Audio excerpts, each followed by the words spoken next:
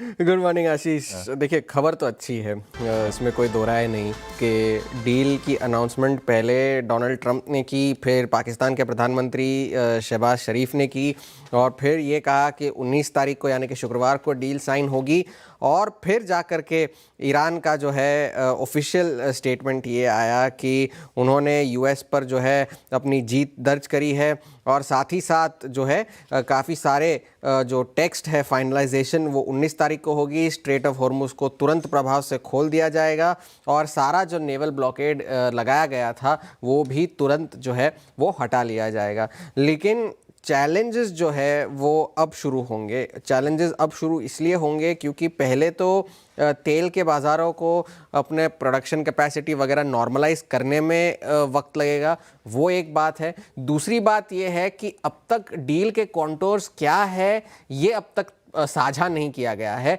दोनों तरफ की पार्टियां ये कह रही है कि जब डील साइन होगी शुक्रवार को तब जाकर के उसके कॉन्टूर्स जो है वो साझा किए जाएंगे।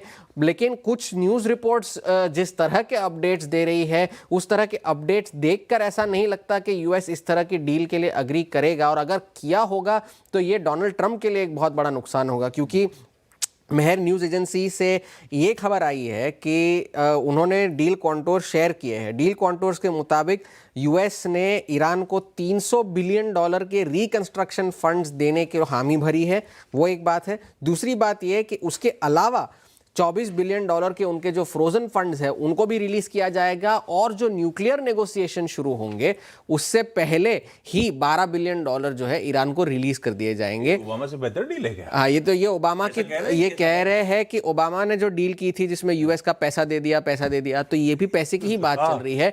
और साथ ही साथ डोनाल्ड ट्रंप और जेडी वैंस दोनों ये अब तक कहते आए हैं कि यूएस की तरफ से ईरान को किसी भी तरह की आर्थिक मदद नहीं दी जाएगी, किसी भी तरह का फंड ट्रांसफर नहीं होगा। ये जो आप बता रहे हो इतना पैसा दिया जाएगा, ये कंफर्म्ड है? ना, ये न्यूज़ एजेंसी की तरफ से, मेहर न्यूज़, ईरान वालों की तरफ से, ईरान की न्यूज़ एजेंसी से रिपोर्ट आई है, तो अब तक इस बारे में कोई कंफर्मेशन नहीं है। और एक यूएस ऑफिशियल ने, ईरान के एक सीनियर ऑफिशियल ने कल जो है रॉयटर्स को भी एक बात बताई थी कि पहले तो यूरेनियम स्टॉकपाइल का जो डाइल्यूशन होगा वो ईरान में ही होगा, और किस तरह से होगा वो अगले 60 दिनों में तय किया जाएगा। और साथ ही साथ जो है direct cash transfers, cooperation among regional countries और फाइनेंशियल क्रेडिट लाइंस के जरिए भी ईरान को जो है आर्थिक मदद दी जाएगी। और ये एक और बात कही गई है कि यूएस ईरान पर किसी भी तरह का नया सैंक्शन नहीं लगाएगा जब तक डील तय नहीं हो जाती। और डील के जो न्यूक्लियर नेगोशिएशंस होंगे उसमें भी एक चैलेंज ये होगा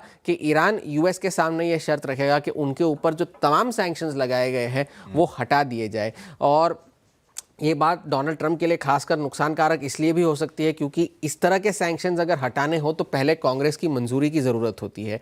अगर उस तरह, क्योंकि और काफ़ी सारे यूएस में अभी ऐसे हैं जो भले ही युद्ध के खिलाफ हो लेकिन ईरान के ऊपर सैंक्शंस लगाने के पक्ष में तो अभी भी है। तो ये एक और मुश्किल वाला चैलेंज डोनाल्ड ट्रंप के लिए होगा कि इस तरह की चीज़ को नेगोशिएट कैसे करा जाए। और तीसरा सबसे बड़ा चैलेंज होगा बेंजामिन नेतन्याहू को कैसे टैकल करा जाएगा, क्योंकि कल भी ये डील साइनिंग का जो भरोसा था वो थोड़ा डगमगाया इसलिए भी था क्योंकि कल इजराइल ने जो है लेबनान पर, कल बेरूट पर फिर से हमला किया था, ये कहते हुए कि हिजबुल्लाह ने पहले ईरान की एयर स्पेस पे 3 ड्रोन्स छोड़े, और वो 3 ड्रोन्स छोड़ने के जवाबी कार्रवाई में जो है लेबनान पर हमला हुआ। और उसके बाद डोनाल्ड ट्रंप ने ये लिखा भी था कि हम जो है पीस के बहुत करीब है, let's not blow it up, ये चांस हमें गंवाना नहीं चाहिए। तो ये सारी बातें हैं, चैलेंजेस अभी भी हैं, लेकिन फिलहाल के लिए एक पॉजिटिव खबर आई है। और इस वजह से आने वाली फेड की मीटिंग बहुत महत्वपूर्ण हो जाती है, जो बुधवार को फेड का डिसीजन होगा। केविन वॉश की पहली मीटिंग होगी। For now good news,